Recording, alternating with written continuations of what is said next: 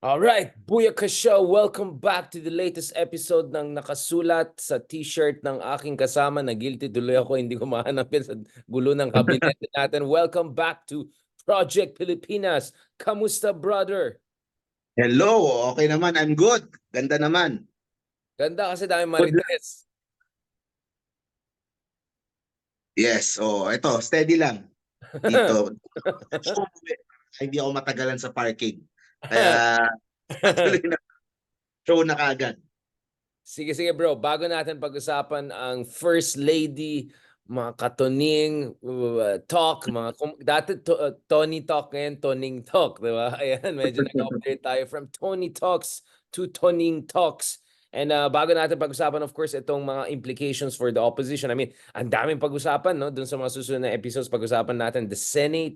Will the First Lady run for the Senate talaga, as some people are saying it? Will Sara Duterte resign eventually or be forced out of the cabinet? I mean, that doesn't sound too crazy to me anymore. If the First Lady is that angry, brother, I won't be surprised at some point papalish na siya. Remember yung Vic Rodriguez na nga. People thought Yeah. untouchable yun. Yun yung ano ni, but eventually na-ease out din siya. So whether Marco Jr. is conflict avoidant or not, eventually things are gonna move as the purge happened in the past. So it's not gonna be the first time. Yeah, But bago tayo kung si Lenny ba oh, yung yes, papalit?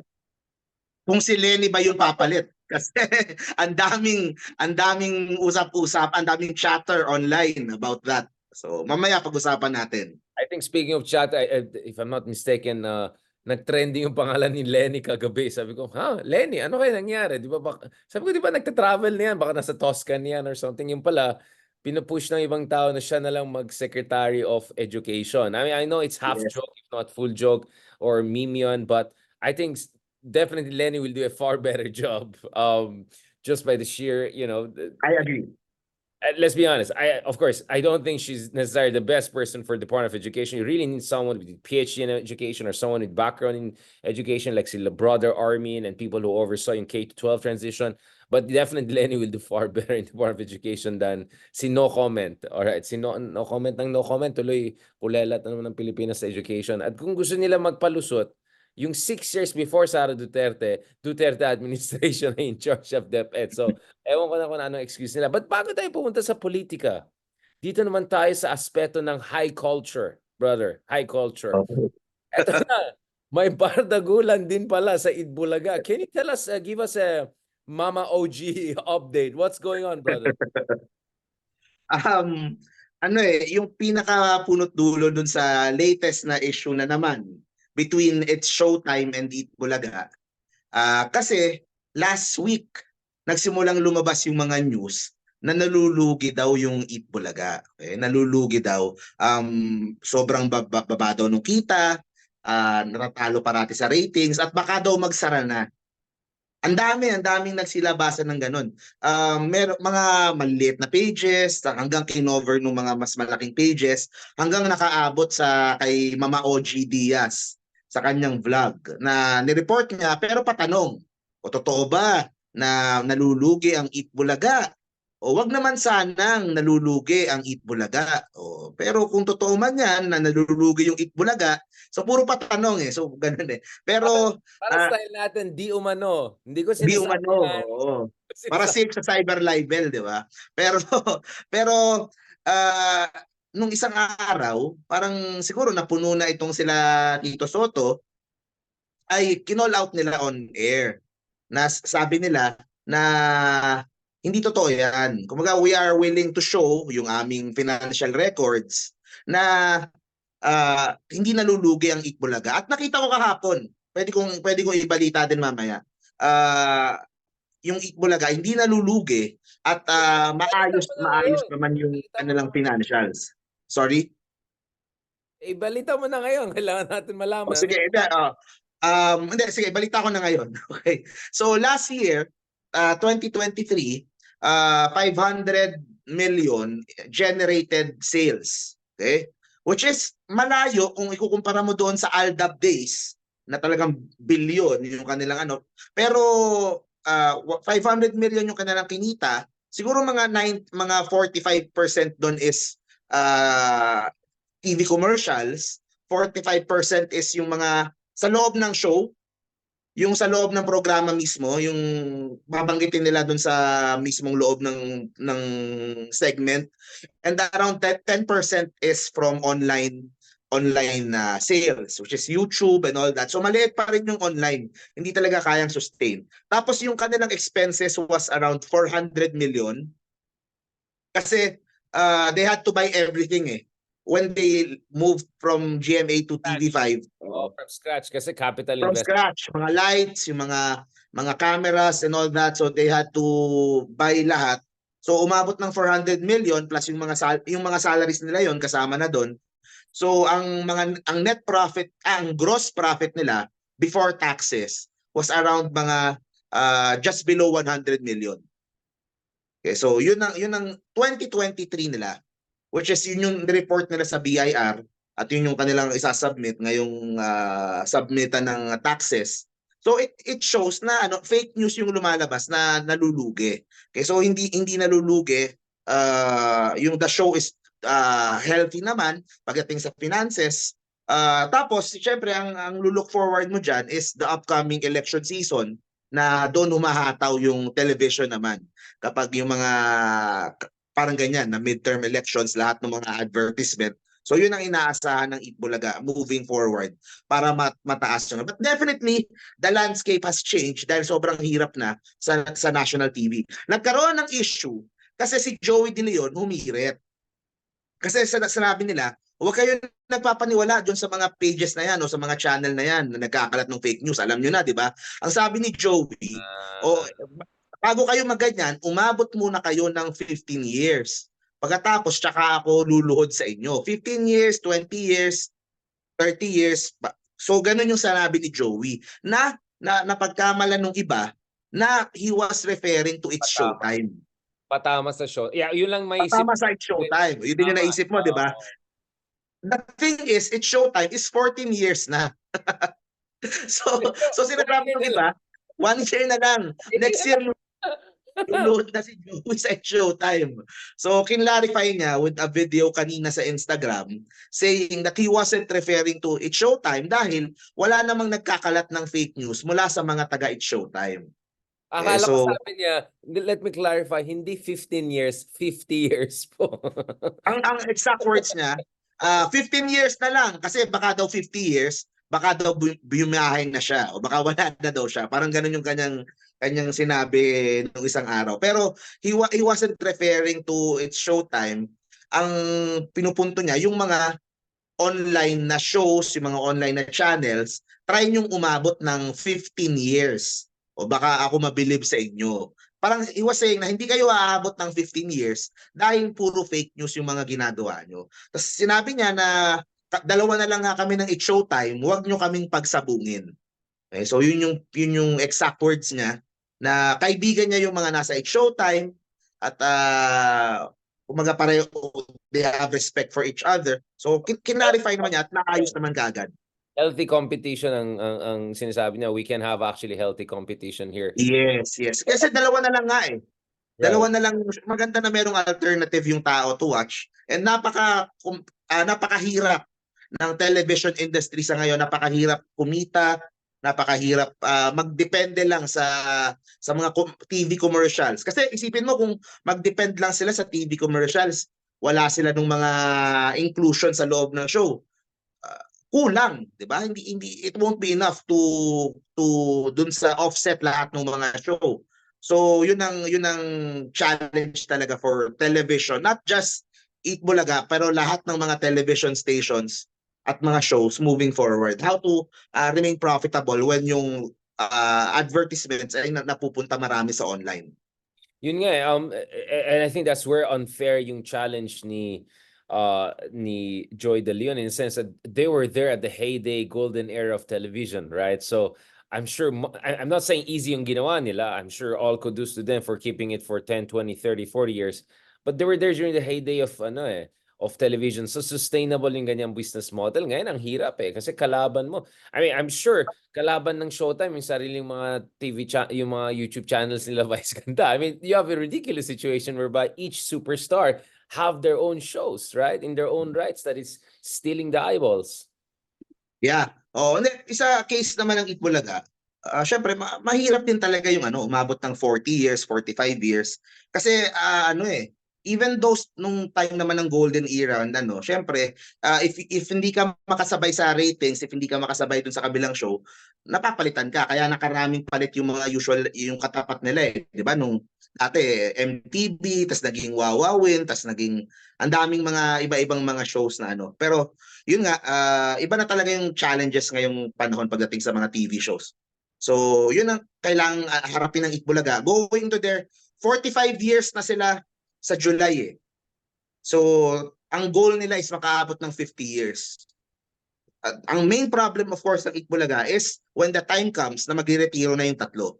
So, that is parang legacy problem kung paano nila, how will the show move forward without Tito Vic and Joey. Ang ipapalit nila, ang talagang napili ang matagal nang naka-ready is si Joa Pao, si Jose Manalo, Wally and Paulo Ballesteros. Pero syempre, we won't know until the time comes talaga na nagretiro na wala na si Vic Soto. Of course, si Vic Soto and Joey De Leon, sila yung main talaga dyan. Kaya yun ang challenge naman for Itbulaga. How they will kumbaga go to 60, 70. Sustain yung momentum. Tama. Yung momentum in a tough time for television, tapos wala yung main star mo. So yun, you need talagang mga top na main star eh. Parang yan ang Vice Ganda, yan ang Willie Revillame. 'Di ba? You need mga ganung klaseng stars to sustain your show. Para to get audience for your show. Ang nangyari kasi last week, since nag-move yung It's Showtime sa GMA, sumipa yung ratings. They were averaging 3% sa Nielsen, 3%, 4%, sumipa to 8% combined. So na-sustain na yun for 1 week, around 8%, 7%, 9%, while Itbulaga remained at 4%, 4.5%. So you could attribute that also doon sa lakas ng network ng GMA. Kasi there are places na GMA lang ang malinaw ang station. Kaya dati naman Itbulaga had that advantage. Ngayon sa TV5 is still playing catch up pagdating sa reach. So yun ang challenge for Itbulaga. Pero sa akin nga win-win naman eh kasi Showtime got to the larger station na mas malawak yung reach. So, kumbaga, yung nawala sa kanila from ABS, baka mabawi nila dito. While Itbulaga naman, although mas maliit yung reach, at least buo nilang nakuha yung pangalan. Yeah. They got the Itbulaga name, they own it. Yun lang. Mas maliit lang yung reach dun sa current station nila. So, Mark, can you give us some idea about kamusta yung market itself? I mean, is still a large portion of the Filipino population watching itong mga Showtime when ang dami mong options na mag-Facebook, etc., pampatanggal ng stress? Or malakas pa rin yung tradition? Yes, malaki pa rin. Pero in different platforms. Yun ang nagbabago. Usually, hindi mo napapanoorin yung 2.5 hours. You will just get the clips. So ang labanan ngayon is yung clips mo to be viral eh. So papanoorin mo siya sa TikTok, papanoorin mo siya sa Facebook, sa YouTube yung buong episode. Sa It's Showtime, it worked really well doon sa Especially For You. Have you seen that portion nila? Especially For You. Yeah, so may mga nagtanong, baka Richard gusto mo rin sumali. Yun. So yung concept doon, kung sa nakakaalam, parang they bring together yung mag-ex to talk about yung kanilang past, tapos they try to set up one of the partner, yung guy o yung girl yata, they try to set yung girl to another guy. Parang merong mga searchy ganun. So usually ex yung nagkakaharap. And ang ganda ng concept, ang ganda ng execution, kaya yun yung Especially For You. Kaya nga Especially For You. So yun yung segment that is really doing well for It's Showtime right now. Yun ang big challenge for Itbulaga na kinakaharap, yung segment na yun. So in the same way na Aldab before. I just said it, right? Exactly. So kailangan mo ng mga Aldab na ganyan. Mga kilig-kilig eh. Kasi you get that from Especially For You. So yun ang challenge sa Itbulaga ngayon. And ang problema ng show talaga is yung Showtime has a younger demographic. Bulaga as mas older yung ano. So, yun ang challenge talaga. How do you appeal to a younger generation? Lalo na yung mga host mo ay yun, mga senior citizen na, yung mga host ng Eat Bulaga. So, that's the big challenge talaga for them. Kasi yun sinasabi ni Joey, nasa top 5 sila na longest running entertainment shows sa buong mundo. So, ang laking achievement yun, di ba? Pero syempre, moving forward, how do you evolve na para mas to remain relevant sa ever changing na ano sa I younger mean, generation. I'll Iba ask na you, yung right. I mean, I have a question. I mean, I know you're a nice guy, but I mean, what is your assessment in terms of yung obviously nasa, you know, I mean, they're not at their peak. Let's just put it that way, but they're still doing well. Do you think meron silang ability to still innovate and all? Well, Tito Soto, we're gonna talk about him later on because most likely he's vying for #1 spot for Senate next year. But in general, do you think they have what it takes to evolve and innovate?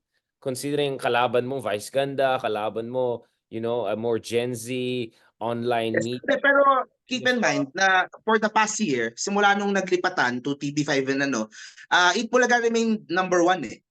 From July up to March. So, #1 yung Eat Bulaga. Talagang itong portion talaga na especially for you, yun ang sumipa, yun ang nag-angat sa It's Showtime na nilagpasan yung Eat Bulaga. Plus the move to GMA7. Yung there is one person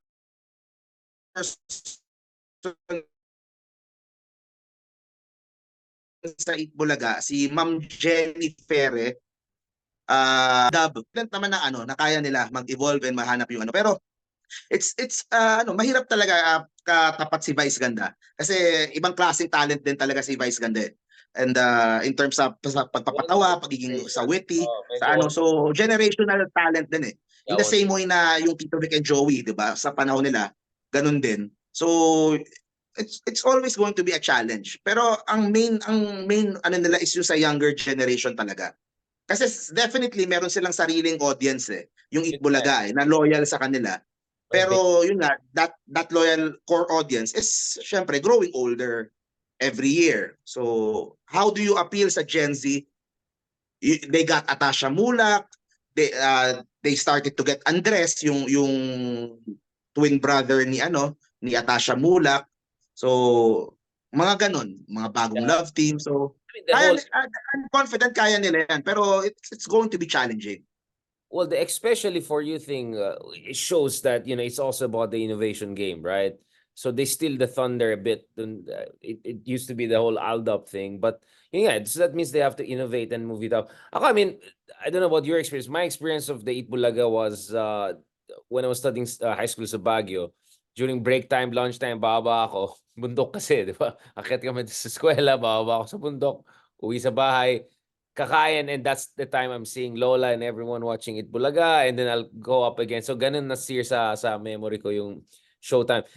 Do you think maging ganyan din ang appeal sa generations nowadays, or yung tipong magstay na lang ako sa Dalawa yung kailangan eh. One is innovation, tama ka doon. Yun yung ginawa ng It's Showtime. The other one is person. Minsan you just need that one person na that would raise up ano eh. Sa case ng Eat Bulaga, mga 10 years ago, it was ano eh, Raisa May. You remember Raisa May nung bata? Si Charap Charap. So that time, sobrang lakas sa ratings nung si Raisa. Yung Showtime, ngayon, they have itong si Colette. Paano to? Kulot. Yung young girl na very witty din. So, it's also about finding the right person that magte-trending and finding the next big thing. So yun innovation sa mga segments and then finding yung the next big thing. Kasi after nung kay Raisa, yung sila Aldab na, si Main na eh. Before nun, if you go back 4 decades ago, si Aiza Sigera, di ba? Yung around that time. Tapos, you have yung Sex Bomb Girls. Di ba? There was a time, talagang sobrang hot nung Sex Bomb Girls sa talagang noon time sila talaga yung sa group na yan. yun may isang issue pa kasi nag-break ano na eh, kumaga yung original sex bomb, nagkanya-kanya ng ano, may mga asawa na, yung iba rumaraket, yung iba umaano, mga business. Pero ano, they would guest sa Itbulaga, sa TVJ once in a while. Pero ang napunta doon sa GMA7, yung si Rochelle. She's the most ano eh, she's the parang nasa harapan noon eh. Uh, One of the recognizable sex bomb girls noon. Tumawid siya doon sa tape eh. So she joined doon sa tape. Kaya nagkaroon ng issue tuloy while the rest of the sex bomb girls remained loyal to Titi Vic and Joey. So parang may ganung issue pa with the sex bomb pero ayun, they would still guest pa rin once in a while sa Itbulaga. Parang ano eh, once a Dabarkads, always a Dabarkad. Parang ganun yung ano nila. Pero like sinabi din ni Anjo in a recent interview kay Mama Oji, kay Mama Oji din niya sinabi na once umalis ka sa Itbulaga, you don't get your spot back eh. So yun yung sinabi ni Anjo. He was in the show for 20 years. When he left, parang alam niya na ano, hindi ka na makakabalik kasi someone would take your spot. So, pero once a Dabarkad, you're always welcome to guest and promote and ano, kumbaga Dabarkads ka pa rin for forever. Pero yun lang, hindi ka nakasama sa main cast. Right. I mean, just the other thing, I remember yung video ni Vice Ganda dun sa, yung parang nasa video siya, nasa logo ng GMA Tower. Oo, diba? I mean, that's like the ultimate like Justice League meets Marvels or something like that. Diba? Again, I'm not necessarily a fan. I'm just saying it in terms of the market power, in terms of network power. Sinama mo yung fanatic support na ABS-CBN and all of that for Vice Yeah. Ganda, kind of pink support. And then the network power of GMA Network. Yun ang challenge ng Itbulaga kasi dalawang group of stars yung nasa It's Showtime. You have the ABS-CBN pool of Star Circle and yung lahat ng pool nila ng artists, and you have also the GMA Kapuso Sparkle artists. So dalawang set. And TV5, konti pa lang yung mga exclusive talents. So yun ang challenge nila. Ang katapat nila is the buong GMA, buong ABS stars, ang dami nun. And ang ganda ng Showtime, napapasikat din niya yung mga ano eh, yung mga Kapuso stars na, 'di ba? Yun ang hirit sa Kapuso artists eh sa GMA na many of them kailangan ng name tag. Have you heard that? Kasi when you see them on TV, sino ba? Anong name nito? Anong name nito? Parang yun yung pag-asar sa kanila na some of the GMA artists hindi mo kilala. Parang kailangan daw ng name tag. Pero with Showtime, nakikilala yung mga artist nila kasi malaking platform talaga yung It's Showtime. So, it's a win then for GMA. Yun. Actually, meron pa isang angle yan. Kasi meron ding news na ABS-CBN might go all in sa All TV. So there's another angle na gano'n na baka, and lalo na itong SMNI franchise, if they lose their franchise, there's a chance na mapunta yung franchise sa ABS-CBN.